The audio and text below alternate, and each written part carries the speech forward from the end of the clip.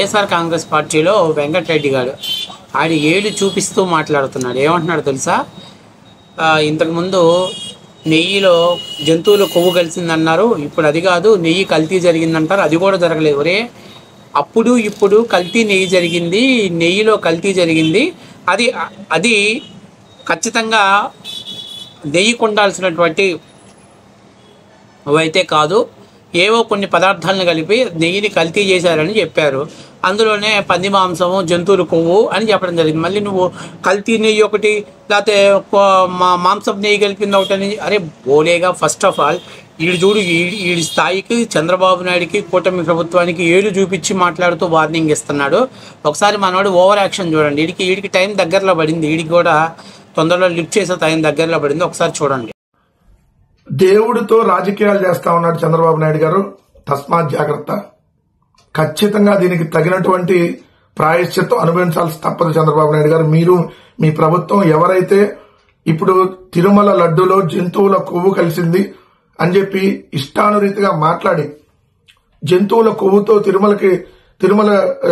తిరుమలకు ప్రసాదం చేశారని చెప్పినటువంటి మీరు, అలానే 1,00,000 లడ్డూలను అయోధ్యకు పంపించారు జంతువుల కొవ్వుతో, యానిమల్ ఫ్యాట్, పంది కొవ్వు, ఈ విధంగా మాట్లాడినటువంటి ప్రతి ఒక్కళ్ళు అనుభవించక తప్పదు. మళ్ళీ చెప్తా ఉన్నాం. దాన్ని ఇంతటితో అయినా మీరు పులి స్టాప్ పెట్టకుండా వైఎస్ఆర్ కాంగ్రెస్ పార్టీలో ఉన్నటువంటి వైవి సుబ్బారెడ్డి గారినో లేదంటే ఇంకొంతమందినో ఇరికించాలి, రాజకీయంగా మీరు లబ్ధి పొందాలనేటటువంటి ఆలోచన చేస్తే దేవుడితో మీరు రాజకీయాలు చేస్తా ఉన్నారు. ఇది మంచి పద్ధతి కాదు. ఇప్పటికైనా పద్ధతి మార్చుకుంటే మీ తెలుగుదేశం పార్టీకి మీకు మంచిది. లేదంటే ఖచ్చితంగా వెంకటేశ్వర స్వామి మీ మీద ఖచ్చితంగా యాక్షన్ తీసుకుంటాడు. ఎందుకంటే మీరు ఇంకా దాన్ని ఆల్రెడీ ఒక తప్పు చేశారు. మళ్లీ దాన్ని ఆ తప్పును సమర్థించుకుంటూ రాజకీయంగా లబ్ధి పొందాలనే ఆలోచనతో ఇప్పుడు ఏదైతే సిబిఐ ఆధ్వర్యంలో ఒక సిట్ ఏర్పాటు చేశారో ఆ సిట్కు సంబంధించి ఇక్కడ మీరు ఒక రిమాండ్ రిపోర్ట్ లో ఏదైతే మీరే ఒక వాంగ్మూలం తీసేసుకొని అతను ఇచ్చాడు అన్నట్టుగా ఆ స్టేట్మెంట్ సెల్లో పోలీసుల సమక్షంలో తీసుకున్న స్టేట్మెంట్స్. ఇక్కడ మీరు మొన్నటిదాకా జంతువులు కొవ్వు అన్నారు, ఇప్పుడు బోలేబాబా మాయ కల్తీ నెయ్యి తయారంట. మొన్నటిదాకా జంతువుల కొవ్వు, ఇప్పుడేమో కల్తీ నెయ్యి. ఇది కూడా కరవలు అసలు కల్తీ నెయ్యి కూడా. ఎందుకంటే ఈవో శ్యామలరావే చెప్పాడు క్లియర్ గా, ఏమని, కల్తీ నెయ్యి వచ్చిందనేది మాకు వచ్చినాక మేము వెనక్కి పంపించేశాము, ఎక్కడా దీన్ని వాడలేదు అని. కానీ ఇక్కడ ఒక పథకం ప్రకారం కొంతమంది ఎవరైతే ఈ ట్విట్టర్ ఈ హ్యాండిల్స్ లో ఉంటారో వాళ్ళందరికీ డబ్బులు పంపించి నేను ఒక పథకం ప్రకారం ఏదైతే ఒక రిపోర్ట్ ని పెట్టి ఇక్కడ ఏదో జరిగిపోయింది మొత్తం 2014 టు 2019-24 మధ్య జరిగిపోయింది అనేటటువంటి ఒక కుట్ర నిన్న తెరలేపారు. ఒక ఆర్గనైజ్డ్ కుట్ర తెరలేపారు. కానీ ఎక్కడా కూడా అసలు అంతకుముందు ఏఆర్ డైరీ అనేది సప్లై చేయాల జగన్ గారి ప్రభుత్వం ఉన్నప్పుడు. మళ్ళీ ఇక్కడ ఏఆర్ డైరీ అని రాస్తారు. బోలే బాబా గురించి రాశారు కదా, బోలే బాబాని బ్లాక్ లిస్ట్ లో పెట్టిందే వైవి సుబ్బారెడ్డి గారు, బోలే బాబా డైరీని 2022లో. మళ్ళీ ఇక్కడ బోలే బాబా మాయ అంట. బోలే బాబా మాయ కాదు, చంద్రబాబు మాయ. రాజకీయంగా చంద్రబాబు నాయుడు గారు ఏదైతే వాడుకోవాలనేటువంటి ఉద్దేశంతో వెంకటేశ్వర స్వామిని రాజకీయాల్లోకి లాగారు. మీరు ఇక్కడ ఒక చిన్న విషయం చూడండి. బోలే బాబాని బ్లాక్ లిస్ట్ లో పెట్టింది వైవి సుబ్బారెడ్డి గారు 2022లో అని చెప్పాడు. ఇక్కడే అసలు కథ మొదలైంది. ఎప్పుడైతే వీళ్ళు బ్లాక్ లిస్ట్ లో పెట్టారో, గతంలో ఏఆర్ ఫుడ్స్ అనేవాళ్ళు, ఈ కోయంబత్తూరుకు సంబంధించినటువంటి వీళ్ళు గతంలో ఏం చేశారంటే, ఇప్పుడు మేము 320 రూపాయలకు కూడా నెయ్యి సప్లై చేయలేము అని చెప్పేసి టెండర్ని వాళ్ళు వెనక్కి తీసుకున్నారు. కానీ ఆ తర్వాత ఈ యొక్క బోలేబాబా డైరీ వాళ్ళు ఏఆర్ ఫుడ్స్ వాళ్ళతో ఇద్దరితో టైప్ అయ్యి, అలాగే ఏదైతే వైష్ణవి డైరీ వాళ్ళ ద్వారా ఒక ఒప్పందాన్ని తెరపైకి తెచ్చారు. సో ఇది 100కి 100% తిరుపతి లడ్డు కల్తీ జరిగింది అని చెప్పడానికి ఇక్కడ పక్కా ఆధారాలు మన వెంకటరెడ్డి గారి నోటితోటి జారి వచ్చేసింది. ఏమని, మమ్మల్ని బ్లాక్ లిస్ట్లో పెట్టారు కాబట్టి ఇక్కడ తయారు చేసేటువంటి నెయ్యిని మేము వైష్ణవి డైరీకి పంపిస్తాం. వైష్ణవి డైరీలో ఒక ట్యాంకర్ నెయ్యి 2 ట్యాంకర్లు అవుతుంది. అక్కడి నుంచి 2 ట్యాంకర్ల నెయ్యి ఏఆర్ ఫుడ్స్కి వెళ్తుంది. ఏఆర్ ఫుడ్స్ నుంచి మీకు మళ్ళీ తిరుమల తిరుపతి దేవస్థానానికి వస్తుంది. ఇది వాస్తవ విషయం. మన వెంకటరెడ్డి గారు లైవ్లో నిజం ఒప్పుకున్నాడు. ఈ విధంగా నెయ్యి కల్తీ జరిగింది. దీనికి సంబంధించినటువంటి అన్ని ప్రూఫ్స్ కూడా మనకి కళ్ళకు కట్టినట్టు ఏ లారీ ఎక్కడి నుంచి బయలుదేరిన లారీ ఏ టోల్ గేట్లు దాటింది, టోల్ గేట్లు దాటిన తర్వాత అదే లారీ మళ్ళీ ఎప్పుడు ఏఆర్ వైష్ణవి డైరీకి వెళ్ళింది, వైష్ణవి డైరీ నుంచి ఏఆర్ ఫుడ్స్కి ఎప్పుడు వెళ్ళింది, ఏఆర్ ఫుడ్స్ నుంచి మళ్ళీ తిరుపతి ఎప్పుడు బయలుదేరింది, ఇన్ని ఆధారాలన్నీ కూడా కలెక్ట్ చేశారు. వీడు చెప్పినట్టే గతంలో కమిషన్ ఇవ్వలేదని బోలేబాబా డైరీని బ్లాక్ లిస్ట్లో పెట్టింది వైవి సుబ్బారెడ్డి. అంటే వైవి సుబ్బారెడ్డికి తెలిసే ఈ యొక్క నెయ్యి కల్తీ ఉదాంతం అనేది కనుసైగల్లోని వైసీపీ నాయకులు టీటీడీ చైర్మన్ల కనుసైగలోనే ఈ నెయ్యి కల్తీ ఉదాంతం జరిగింది అనేది 100% నిజం. ఏమంటాడు, వైవి సుబ్బారెడ్డినో ఎవరినో ఇరికిస్తే ఆ పాపం ఊరకనేవ్వదు. మీరు మాత్రం చంద్రబాబు నాయుడు గారిని లేని స్కిల్ డెవలప్మెంట్లో ఇరికియొచ్చు. అట్లాగే మీరు మాత్రం చంద్రబాబు నాయుడు టైంలో లేనటువంటి పింక్ డైమండ్ గురించి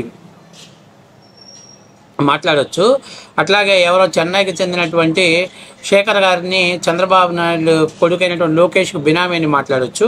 మీరైతే తిరుమలలో అపచారం జరిగింది, అది జరిగింది, ఇది జరిగింది అని చెప్పి పబ్లిసిటీ చేయొచ్చు. మీరైతే ఎవడో వదిలేసినటువంటి విగ్రహాన్ని లేదు చంద్రబాబు నాయుడు గారు శిల్పి సగం చెక్కి అక్కడ పడేసి చంద్రబాబు నాయుడు గారు వెంకటేశ్వర స్వామి విగ్రహాన్ని అవమానపరిచారని తప్పుడు ప్రచారం చేయొచ్చు. మీరు కానీ ఇక్కడ వాస్తవ విషయాలు చెప్తే దేవుడు ఊరుకోడు, దేవుడు క్షమించడు, దేవుడు మిమ్మల్ని వదిలిపెట్టాడు. ఏంటి అసలు మీరు దేవుడి పేరు చెప్పుకొని మీరు ఎవరినో బ్లాక్మెయిల్ చేస్తున్నారు? ఫస్ట్ ఆఫ్ ఆల్ మేము అడిగేది తిరుమల తిరుపతి దేవస్థానానికి కోట్ల రూపాయల్లో విరాళాలు వస్తున్నాయి. నిన్ను ఎవడరా ఏ గొట్టంగడరా మేము క్వాలిటీ తక్కువ డబ్బులకు నెయ్యి తెమ్మని ఎవడు చెప్పాడరా? మేము అడిగామా? మరి ఎందుకు తీసుకొచ్చారు? అట్లాగే అంతకుముందు 400 మీటర్లు అని కిలోమీటర్ల పరిధిలో ఉన్నదాన్ని 800 కిలోమీటర్ల పరిధిలోకి ఎందుకు మార్చమని మీకు పర్మిషన్ ఇచ్చాడు? ఎవరిని అడిగి ఇచ్చారు మీరు? అట్లాగే మీరు నెయ్యి అంత తక్కువ ధరకి కొనుగోలు చేస్తున్నప్పుడు, లాంగ్ జర్నీ ఎక్కువైనప్పుడు ట్రాన్స్పోర్ట్ ఛార్జెస్ ఎక్కువ పడతాయి కదా, మరి ఎట్లా తక్కువకు వచ్చింది? ఏ విధంగా తక్కువకు వచ్చిందని చెప్పేసి మీరు నెయ్యిని తీసుకొచ్చి వాడారా? అంటే ఇన్ని తప్పులు చేసి ఆల్రెడీ సిబిఐ దాని మీద వేగవంతం చేస్తూ ఒకరి తర్వాత ఒకరిని అరెస్ట్ చేయడంతో, అట్లాగే బోలేబాబా డైరీలో ఉన్నటువంటి వాళ్ళందరినీ కూడా అరెస్ట్ చేయటం, అట్లాగే తాజాగా ఒకరిని అరెస్ట్ చేయటం, అలాగే వైవి సుబ్బారెడ్డి పిఎన్ అరెస్ట్ చేస్తే ఇంకా మీరు నెయ్యిలో కల్తీ జరిగిందని చెప్పేసి మాట్లాడుతున్నారు.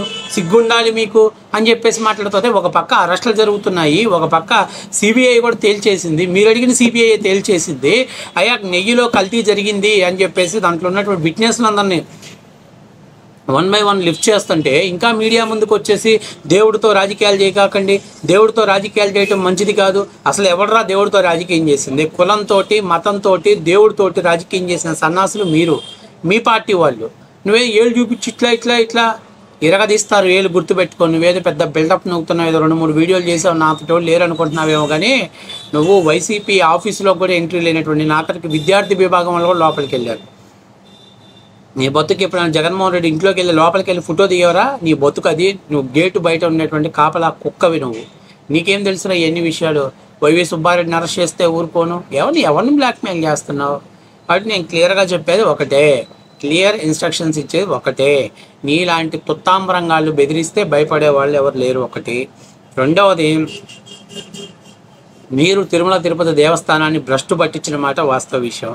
నిన్న చివరికి అంబటి రాంబాబు గారు అన్నం బాగుంది, అన్నప్రసాదాలు బాగున్నాయి అని చెప్తే జగన్మోహన్ రెడ్డి క్లాసు బీగితే తంతారనే భయంతో ఈరోజు మీడియా ముందుకు వచ్చి నేను అలా మాట్లాడలేదు, మీడియా నాకు వక్రీకరించింది చెప్తున్నాడు వాడు. అది మీ స్థాయి. కాబట్టి నేను చెప్పేది ఏంటంటే, ఒరే బాబు నీకు అంత సీల్ లేదురా, కారబ్బుంది, quarter Venkatareddy. First of all నువ్వు నీ బిల్డప్ తగ్గించుకొని కొంచెం మంచిగా మర్యాదగా ఉంటే బాగుంటుంది. లేకపోతే ఇలాంటి బిల్డప్లే ఇందాన్ని సటైర్లు వేస్తే ఖచ్చితంగా రానున్న రోజుల్లో తొందరలోనే మనకి శ్రీకృష్ణ జన్మస్థానానికి పోయి 7 ఊచలలో ఒక ఊచ మిస్ అయినా ప్రమాదమైనటువంటి ఆశ్చర్యపోవలసిన పని లేదు. కాబట్టి నేను చెప్పేది ఏంటంటే, ఫస్ట్ ఆఫ్ ఆల్ కింద పైన మూసుకొని ఫస్ట్ నీకు నేను అడిగిన సమాధానం చెప్పు. ఎందుకు ఏఆర్ ఫుడ్స్కి మీరు డైరీకి తిరుమల దేవస్థానానికి లడ్డు తయారీకి నెయ్యికి వాడారు? ఒకటి. రెండవది, ఎక్కడో 1000 కిలోమీటర్ల పైనే ఉన్న బోలేబాబా డైరీని అసలు ఎందుకు మీరు వాళ్ళ దగ్గర నెయ్యి కొనుగోలు చేశారు? 400 కిలోమీటర్లే ఉన్నటువంటి నందిని నెయ్యిని కాదని 1200 కిలోమీటర్ల వరకు నెయ్యి కొనుగోలు చేయొచ్చు అని చెప్పి ఎందుకు మీరు మార్చారు? అట్లాగే తక్కువ దూరంలో ఉన్నటువంటి ఏళ్ళకే 290 రూపాయలకి రాకపోతే పంజాబు లేకపోతే గుజరాత్ లాంటి ప్రాంతాల నుంచి నెయ్యిని ఇక్కడ తరలించాలంటే అసలు 9 రూపాయలకి లేదా 218 రూపాయలకి ఎట్లా లభించింది? అసలు మిమ్మల్ని నెయ్యిని మార్చమని ఎవరైనా భక్తులు అడిగారా? భక్తులు ఏమన్నా ఫోర్స్ చేశారా? మరి మీరు ఎందుకు ఉన్న టెండర్ని కాదని, నందినిని కాదని కొత్త వాళ్ళకి నెయ్యికి టెండర్లు ఇచ్చారు? వీటికి సమాధానం చెప్పండి రా, హౌలే నా కొడకల్లా. తర్వాత మాట్లాడుకుందాం. ఆడొకడు వస్తాడు, నేను ప్రమాణం చేస్తా టెంపుల్ మీద. ఈ ప్రమాణాలు ఎవరికి అక్కర్లేదు. ఇంకో మతానికి సంబంధించిన ముండలు బోడిగాలి కాబట్టి మీకు అవలేలగా ప్రమాణం చేస్తారు. కానీ దేవుడు ఉన్నాడు, వెంకటేశ్వర స్వామి ఉన్నాడు.